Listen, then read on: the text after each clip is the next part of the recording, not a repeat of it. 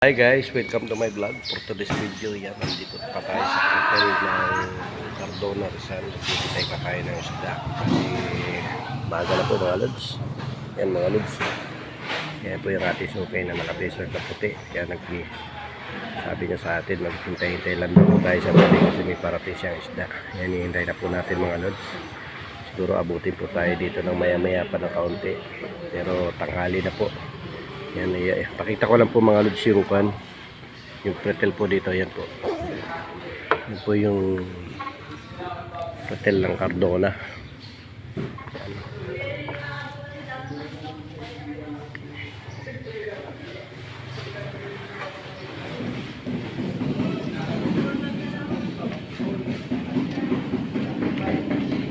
Pakita ko lang po yung pretel ng Cardona. Maya para konti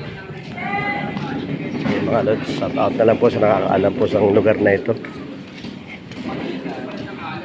Yan po yung pretel ng Cardona. Yan. Nandito tayo mga lods sa pretel ng Cardona. Yan, naghihintay pa tayo ng isda. Naghihintay pa tayo ng isda dito. Kasi kanina pa tayo dito mga lods, siguro mga bandang alas 4 na madaling araw. Yan. Bali, pahirapan talaga po ang isda mga lods. Kaya may mga lumabas ng madaling araw. Pero ngayon pa ang dating, siguro mga alas 8, alas 9, alas 10, ganyan. Hindi pare-parehas ang oras ng mga lumalabas mga lods.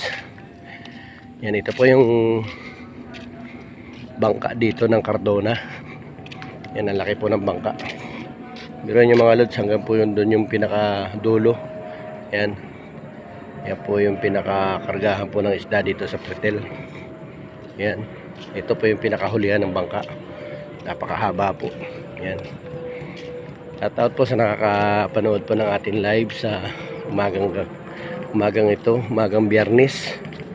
Sana po paki-share na lang po sa iba yung mga ginagawa po natin pagla-live. Paki-follow na lang po yung page po natin para po tayo ay laging ganahan sa mga ganitong lugar na pinupuntahan po natin mga lods. Yan. Yan, mapapansin nyo mga lods. Dito po sa gilid, ang daming mga isdang maliliit na lumalangoy. Yan.